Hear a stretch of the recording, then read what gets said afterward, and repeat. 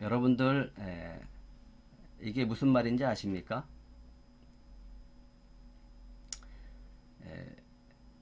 Letty is horse. 이게 도대체 무슨 말일까? 궁금해서 Letty라는 단어를 사전에서 한번 찾아보면 Letty라고 발음을 하고 있습니다. 그 의미는 이런 뜻입니다. 뜨거운 우유를 탄 에스프레소 커피라고 나와 있습니다. 관련어로는 카페라떼가 있습니다. 그래서 다시 읽어보면 라떼 is horse라는 말인데 좀 뭔가 이상하지 않아요? 직역하면 다시 읽어보면 이런 말씀입니다. 라떼 is horse. 직역하면 라떼는 말이다. 이렇게 해석이 되는 거예요. 라떼는 말이다. 이렇게 읽어보니까 감이 오지 않습니까? 라떼는 말이다. 즉 우리가 말하는 라떼는 말이야 라고 하는 이 말을 유머스럽게 표현한 말이라고 합니다. 그런데 이렇게 말하면 젊은 친구들에게 꼰대라는 말을 듣게 됩니다. 그런데 이 꼰대라는 말이 영국 BBC에서 소개되었다는 말을 듣고서 놀랐습니다.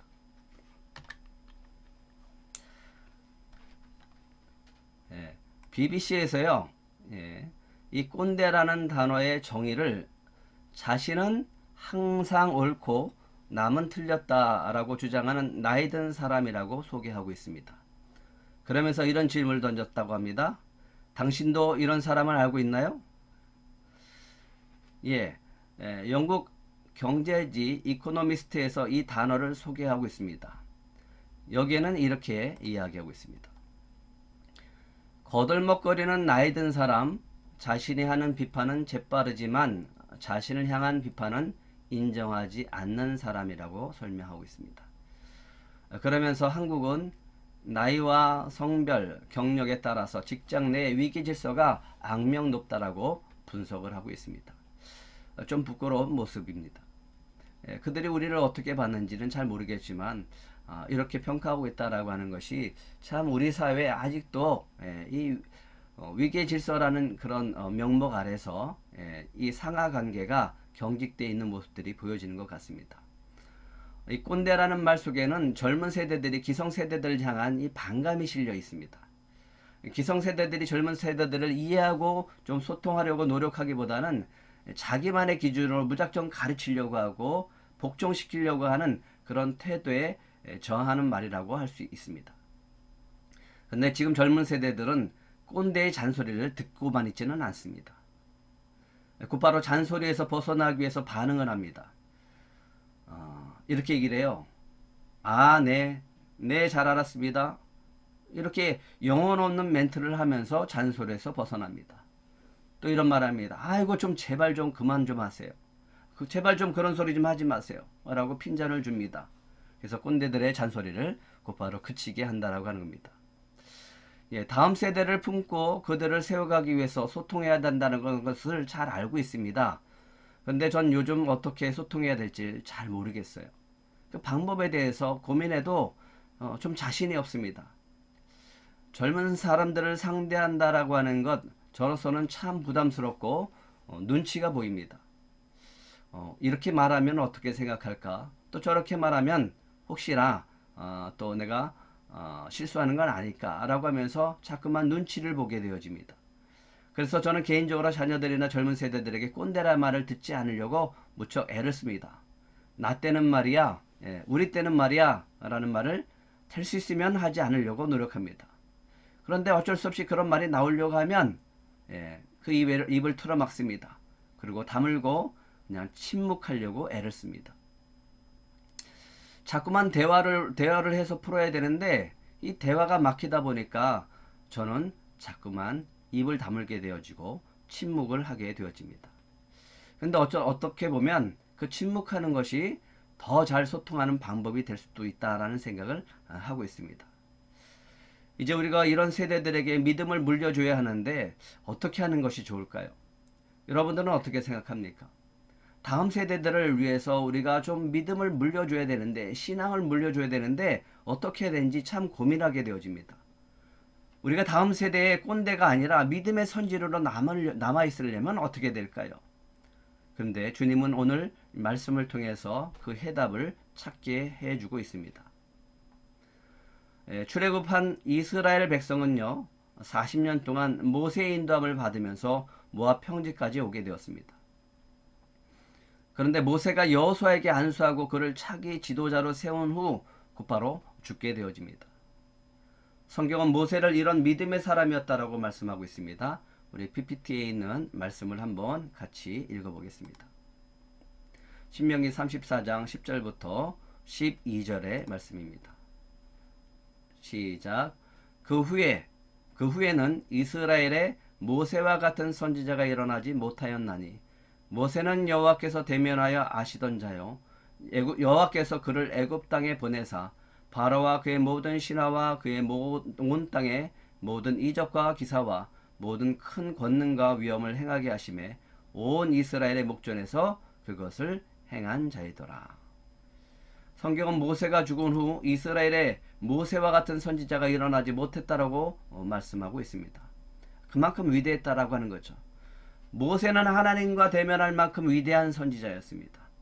모세는 바로와 애굽 땅에서 많은 이적과 기적을 행함으로써 이스라엘 백성들을 애굽에서 구원해낸 민족의 지도자였습니다.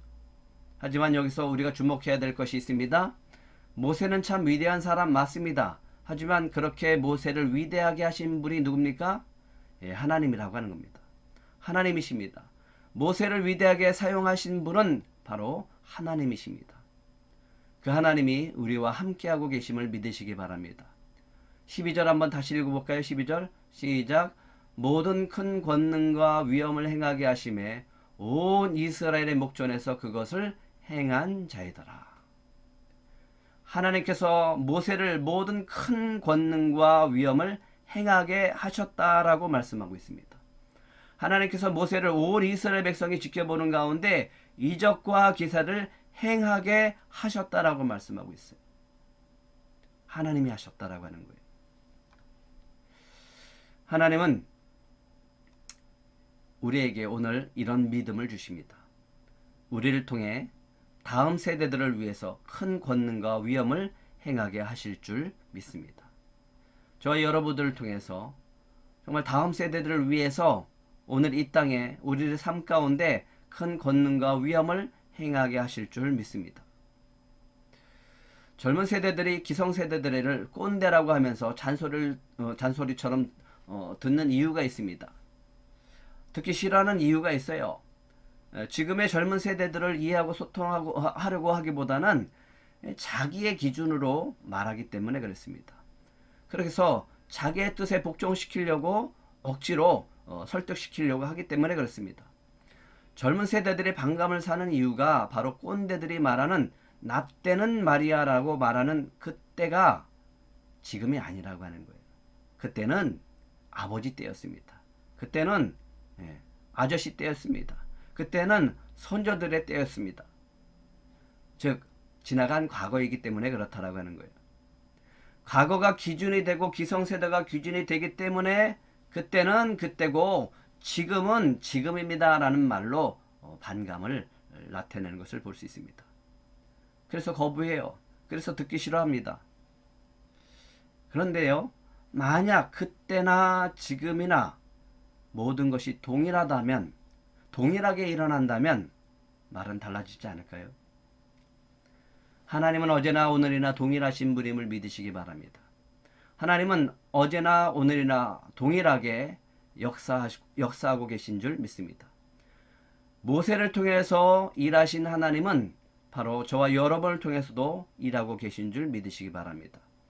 또한 우리를 통해서 일하고 계신 주님은 우리 다음 세대를 통해서도 동일하게 하나님의 능력을 나타내심으로 말미암아서 하나님의 나라를 세워가실 줄 믿습니다. 여호수아가 이제 이스라엘 백성을 인도해서 요단을 건너서 가나안 땅으로 들어가야 합니다.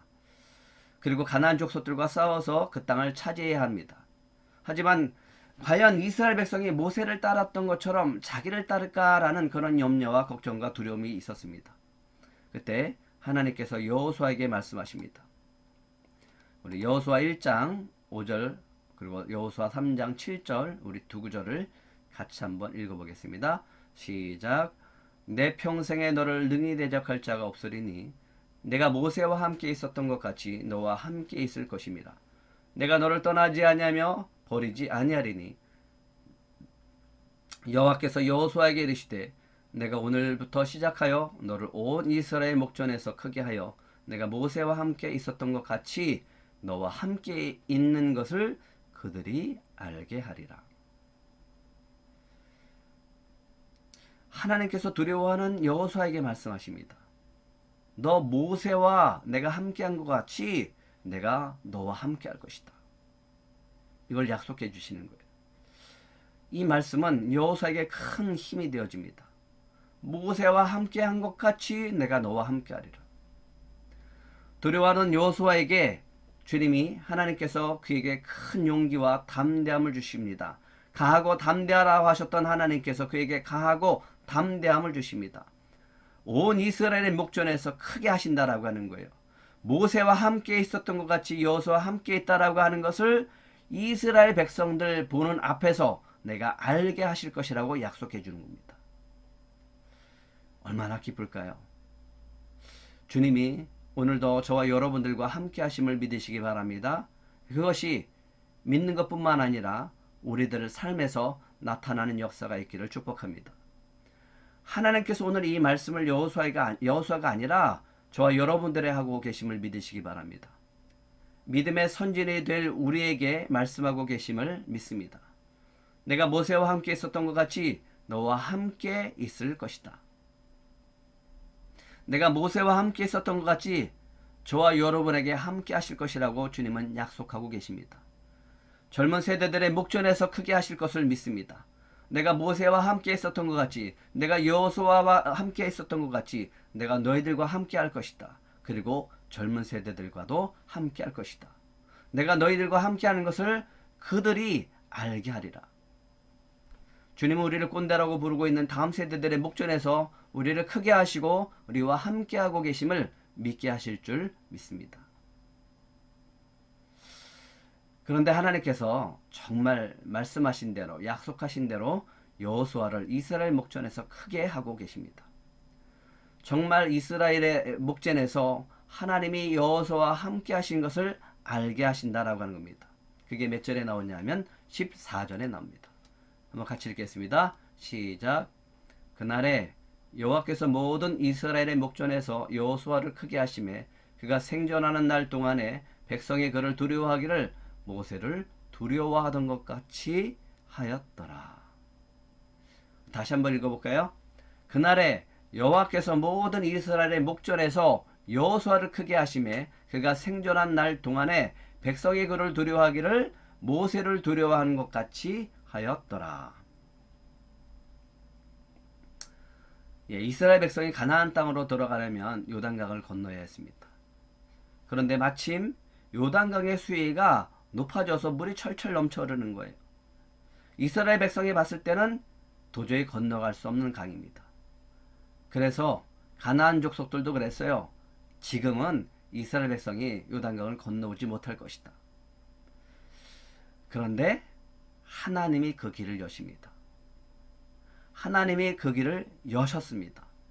그냥 여신 게 아니라 하나님의 언약궤를 맨 제사장이 요단강 물을 발로 밟는 순간에 강물이 멈춰서고 강물이 갈라지고 마른 땅이 되어졌다라고 하는 겁니다. 그 마른 땅을 이스라엘 백성들이 걷기 시작을 합니다. 건너가기 시작합니다. 다 건너갔어요. 그리고 발로 밟는 그 땅을 이제 하나님께서 그들에게 주기 시작합니다. 하나님이 여호수아에게 약속하신 대로 모세와 함께 있었던 것 같이 여호수아와 함께 하심을 오늘 보여주고 계십니다. 온 이스라엘의 목전에서 크게 하심으로 하나님께서 여호수아와 함께 하심을 보여주고 있습니다. 하나님이 함께 하신 것을 나타내 볼 때 이 여호수아가 얼마나 기뻤을까요? 오늘 이 기쁨이 저와 여러분들 안에 있기를 축복합니다. 이 기쁨이 우리 안에 충만해야 됩니다. 아, 그래, 주님이 우리와 함께 하셔. 그것을 우리가 느낄 뿐만 아니라 보는 사람들, 세상에 지켜보는 사람들, 예수를 믿지 않는 사람들, 우리 가족들에게 나타나게 하실 줄 믿습니다. 그래서 여호수아가 사는 날 동안에 평생토록 이스라엘 백성이 모세를 두려워했던 것과 같이 여호수아를 두려워했다라고 하는 겁니다. 여호수아를 하나님께서 크게 하시고 이제 민족의 지도자로 본격적으로 세워가시는 것을 볼 수 있습니다. 왜요? 앞으로 할 일이 많기 때문에 그렇습니다. 이스라엘 백성을 가나안 족속들과 싸워서 그 땅을 차지하게 할 사명을 감당하기 위해서 주님께서 이와 같은 놀라운 은혜를 부어주고 계십니다. 지난번 장옥수 성도님 침례식이 있었죠. 그때 우리는 이걸 경험했습니다. 주님이 길을 열어가는 걸 경험했고 주님이 우리와 함께하는 것을 경험했습니다. 권사님과 집사님과 먼저 탐방했습니다. 탐방하고 그 받았던 장소를 사진을 찍어서 여러분들에게 보여줬죠. 그런데 침례식이 다가오는 그 전전날 금요일날 전화가 왔어요. 폭우로 무너져 버렸고 강물 수위가 높아져서 이제는 침례할 수 없다라고 하는 겁니다. 그 말을 들을 때 굉장히 낙심이 되어졌어요. 아니 분명히 주님은 침례식을 할 수 있다라고 했는데 침례식이 있기 바로 전날까지 많은 비가 내렸어요. 날씨가 맑고 강물이 줄어들어야 침례식을 할 수 있는데 오히려 비가 더 오는 겁니다. 그 비가 많이 내리는 것을 보면서 저도 사실은 포기하고 싶은 마음이 들었어요. 다음에 하지 뭐. 다음 주에 하지 뭐. 이런 마음을 갖게 되어졌습니다. 여기저기 알아보면서 도저히 못할 것 같다라고 하는 생각까지 들었습니다. 그런데 자꾸만 내 안에서 성령께서 말씀하시는 것이 있었습니다. 금요일날 철야 예배 때 그랬습니다. 성령께서 분명히 예배한 장소가 있다라고 말씀하셨습니다. 그래서 여러분들에게 그렇게 선포했습니다. 주님께서 예배한 장소가 있습니다. 주님께서 예배한 장소가 있습니다. 이 마음이, 이 믿음이 제 안에서 계속 차오르는 거예요. 그래서 포기할 수 없었습니다. 그리고 주일 아침 우리가 준비해서 출발하게 되어진 겁니다. 차를 타고 지나가던 길에 이제 다 가서 침례할 수 없는 그런 환경 속에 우리가 처해져서 우리가 한강으로 갔을 때 전혀 우리가 침례할 장소가 아닌 엉뚱한 곳에서 침례 장소를 발견하게 되어졌습니다. 무심코 지나가는 길에 권사님께서 차를 세웠고 또 우리 백집사님이 그 장소를 알아봐서 주님이 예배하신 장소를 찾게 되어진 겁니다. 우리가 선택했던 침례 장소는 폭우로 다 무너져 버렸죠. 그런데 주님께서 예배해 놓은 장소는 놀랍게도 폭우로 불어난 시냇물이었습니다. 그래서 그곳에서 침례를 할 수 있었습니다. 저는 이것을 통해서 주님이 우리 들꽃 가족들에게 큰 은혜를 베풀어 주셨다고 믿습니다. 주님께서 예배한 장소가 있다라고 말하지 않았습니까? 제가 여러분들 앞에서 이런 변명을 할 수 있었어요. 주님께서 예배한 장소가 있다라고 말하지 않았습니까? 이렇게 말할 수 있게 만드신 분이 주님이셨어요. 주님은 참 놀랍습니다. 주님이 길을 열어가시는 방법은 참 놀랍습니다. 주님이 예배하시는 방법도 참 놀랍습니다. 주님이 우리와 함께 하시는 것을 나타내 보이시는 것도 참 놀랍습니다. 오늘도 주님이 이 길을 열어가실 줄 믿습니다. 주님이 저와 함께, 여러분들과 함께 하심을 사람들 앞에서 보여주시는 역사가 있게 되어질 줄 믿습니다. 지금 우리는 다음 세대들에게 이것을 사모하게끔 해야 됩니다. 이 사모하는 마음이 다음 세대들한테 있어야 됩니다. 아, 그래. 우리 부모님들에게도 함께 하셨던 주님이 우리와도 함께 하신다라고 하는 것들을 그들에게 보여주고 그들이 느끼고 경험하고 그들을 사모하게끔 해야 됩니다. 주님이 우리를 통해서 일하시는 것 경험해야 됩니다.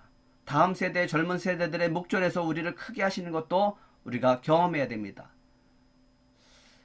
그들이 보는 앞에서 반드시 주님은 우리와 함께 하시고 우리를 크게 하시는 것을 보여주실 줄 믿습니다.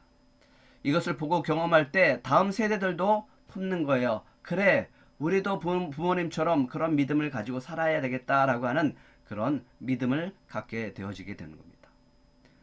우리는 그 다음 세대들에게 그런 믿음을 전해주는 믿음의 선진들이 될 줄 믿습니다. 하나님은 이스라엘 백성이 요단강을 무사히 다 건너오자 증거궤를 맨 제사장들을 요단으로 올라오게 하십니다. 언약궤를 맨 제사장들이 여호수아의 명령대로 요단강 가운데 서 있다가 육지로 올라오게 됩니다. 근데 여기서 참 놀라운 일이 벌어지는 겁니다. 언약궤를 맨 제사장들이 강 가운데에 서 있었습니다. 그리고 이스라엘 백성들의 무사히 다 올라가는 것, 지나가는 것, 육지를 올라가는 것을 다 본 후에 하나님이 명령하는 거예요. 이제 올라와라. 언약궤를 맨 제사장들이 언약궤를 메고 올라옵니다. 그리고 그들이 땅을 발로 밟는 순간 요단강물이 이전처럼 그 언덕에 철철 넘쳐 흘러가는 겁니다. 하나님의 기적입니다. 이 놀라운 기적을 이스라엘 백성들이 눈으로 봤던 겁니다. 그리고 언약궤를 맨 제사장도 여호수아도 온 이스라엘 백성들이 다 경험한 겁니다. 하나님이 기적을 통해서 먼저 이스라엘 백성의 목전에서 여호수아를 높여주시는 것을 보게 합니다. 여호수아에게 약속하신 대로 모세처럼 크게 하시는 것을 보게 되어집니다. 또한 이스라엘 백성으로 하여금 하나님이 그들과 함께하고 계심을 알게 하십니다. 아, 하나님이 우리와 함께 하시는구나. 아, 하나님이 우리와 함께 하시는구나. 이거를 경험했다라고 하는 거죠. 이 경험을 통해서 이스라엘 백성도 또 여호수아도 하나님 앞에 크게 되어지는 것을 보게 되어집니다. 하나님이 이 기적을 통해서 이스라엘 백성의 목전에서 여호수아를 모세처럼 크게 하셨습니다. 그 약속을 지켜주셨습니다. 그리고 이스라엘 백성들에게도 우리 아버님 때와 같이 오늘 우리와도 주님이 함께 하시는구나. 예전에도 그랬듯이 오늘도 우리와 함께 하시는구나 라고 하는 것을 고백하게 되어집니다. 그런데요, 그런 고백이 오늘 우리의 고백이 되어줄 줄 믿습니다. 주님은 어제나 오늘이나 동일하신 분입니다. 그래서 오늘도 저와 여러분들 가운데 이 영상 예배를 드리는 가운데 주님이 함께하고 계심을 믿으시기 바랍니다. 주님은 우리를 통해 다음 세대들을 또 그 다음 세대들에게도 함께하심을 알게 하실 줄 믿습니다. 이스라엘 백성이 요단강을 건너 여리고 동쪽 길갈에 진을 치게 되어집니다. 그때가 언제였냐면 바로 출애굽을 한 지 꼭 40년째가 되던 해입니다. 1월 10일 날은 40년 전 어떤 일이 있었는지 지금 세대들은 기억하지 못합니다. 그것을 기억했던 사람들은 다 죽었기 때문에 그렇습니다. 이들은 출애굽 2세대들입니다. 그들은 40년 전 애굽에서 무슨 일이 있었는지 잘 알지 못합니다. 40년 전 첫째 달 10일은 하나님께서 이스라엘 백성들을 애굽에서 구원하시기 위해서 마지막 장자의 재앙을 준비하신 날입니다. 40년 전 1월 10일은 이스라엘 백성 모든 가정에 유월절 어린 양을 준비하던 날이었습니다. 그런데 40년이 지난 오늘 하나님은 길갈에서 오늘 기념비를 세우라고 명하십니다. 요단강을 건널 때 12지파들에게 명했습니다. 요단강 중간에 서 있는 저 언약궤를 맨 제사장들 주변에서 돌 하나씩 취해라. 그래서 12지파에게 명령해서 각 지파별로 가져온 12돌을 길갈에 세워서 기념비로 세우고 있다라고 하는 겁니다. 그런데 하나님께서 이 세대들에게 지금 이 기념비를 세우게 하시는 목적이 있습니다. 그게 몇 절에 나오냐면 21절, 22절입니다. 한번 같이 읽어볼까요? 시작. 이스라엘 자손들에게 말하여 이르되 후일에 너희의 자손들이 그들의 아버지에게 묻기를 이 돌들은 무슨 뜻이니까 하거든 너희는 너희의 자손들에게 알게 하여 이르기를 이스라엘이 마른 땅을 밟고 이 요단을 건넜습니다. 너희 자손이 훗날 그들의 아버지에게 이 돌들이 무슨 뜻이냐고 물을 때 이렇게 대답을 해주라고 하는 겁니다. 이스라엘이 마른 땅을 밟고 이 요단강을 건넌 것을 기념하는 기념비란다. 그렇게 가르쳐 주라고 하는 거예요. 그런데 이 세대들은요, 40년의 의미가 있습니다. 이 세대들이 광야 40년 동안에 있었던 방황했던 그 40년의 의미가 있었습니다. 40년의 세월의 의미가 있었습니다. 하나님은 40년 전 이스라엘 백성을 어린 양의 피로 애굽에서 구원하셨습니다. 하지만 그들의 선조들이 가데스 바네에서 하나님이 약속한 땅을 악평했습니다.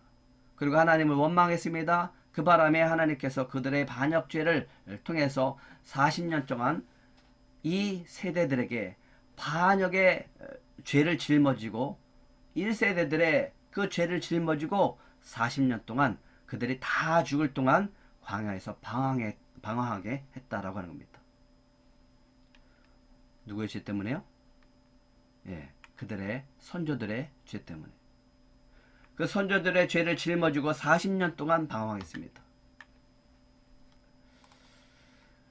그런데 이 세대들에게 하나님은 오늘 아주 특별한 놀라운 기적을 경험하게 하십니다. 어떤 경험이요? 요단강을 가르시고 마른 땅을 밟고 건너게 하신 기적입니다. 그렇게 기적을 베푸신 다음에 기념하라고 하는 겁니다. 기념비를 세우라고 말씀하십니다. 그 목적이 있습니다. 그 목적은 23절, 24절입니다. 한번 같이 읽어볼까요? 시작. 너희 하나님 여호와께서 요단물을 너희 앞에서 마르게 하사 너희를 건너게 하신 것이 너희의 하나님 여호와께서 우리 앞에 홍해를 말리시고 우리를 건너게 하신과 같았나니. 24절. 이는 땅의 모든 백성에게 여호와의 손이 강하신 것을 알게 하며 너희가 너희의 하나님 여호와를 항상 경외하게 하려 하심이라 하라.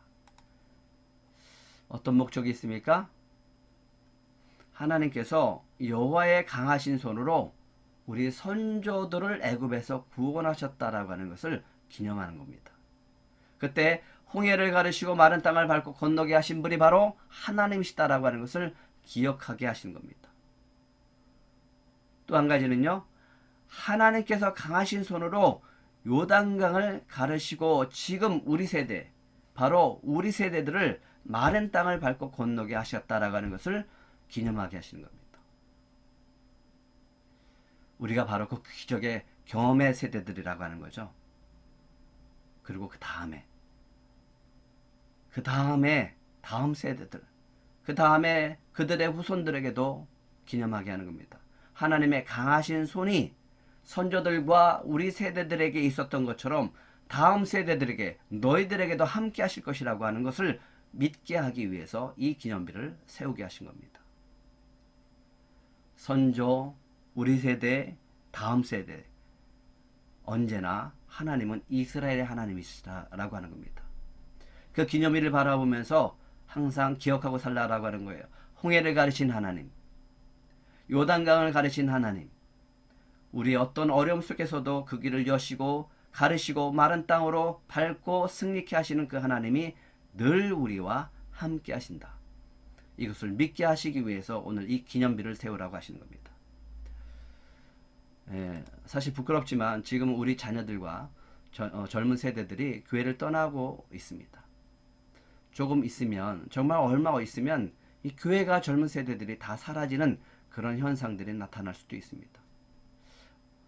하지만 우리는 믿어야 됩니다. 하나님이 우리 선조들을 통해서 함께 하셨고 지금 우리와 함께 하셨던 것처럼 그들에게도 함께 하실 것을 믿습니다. 이 믿음을 가지고 나가야 됩니다. 하나님이 이 땅에 하나님의 뜻을 이룰 다음 세대를 지금 준비하고 계신 줄 믿습니다. 저희를 통해서, 여러분들을 통해서 준비하고 계신 줄 믿습니다. 주님은 오늘 우리가 다음 세대들을 꼰대가 아니라 믿음의 선진으로 우리가 남으려면 주님이 믿음의 선진들과 함께 하셨던 것처럼 우리들과 함께 하심을 알게 해야 한다라고 하는 말씀을 전해야 됩니다. 주님이 믿음의 선진들과 함께 하셨던 것처럼 우리와 함께 하셨고 그들에게도 함께 하셨다라고 하는 그 믿음을 전해줘야 된다라고 하는 겁니다. 다음 세대들도 주님이 함께하고 계심을 그들도 기념비로 세워나가야 됩니다.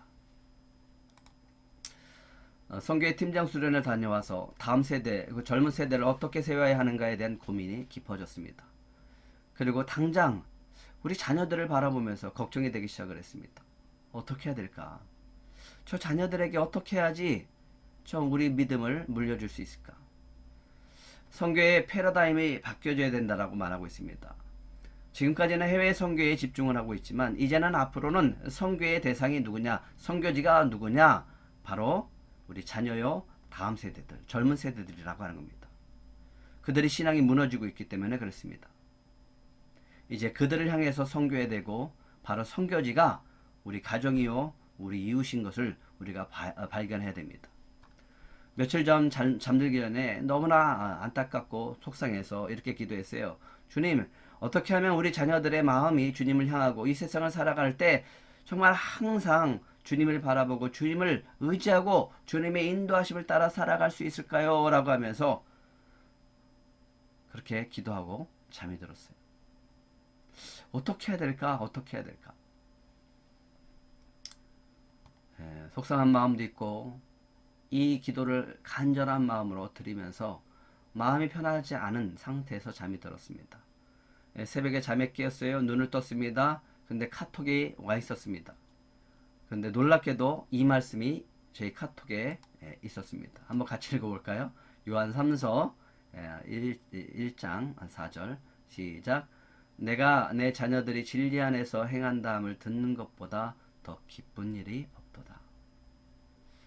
어쩌면 제 마음을 이렇게 잘 아실까? 맞아요. 이거 같이 기쁜 게 어디 있어요? 우리 자녀들이 진리 안에서 살아가는 것만큼 기쁜 게 어디 있겠습니까? 이게 소망인데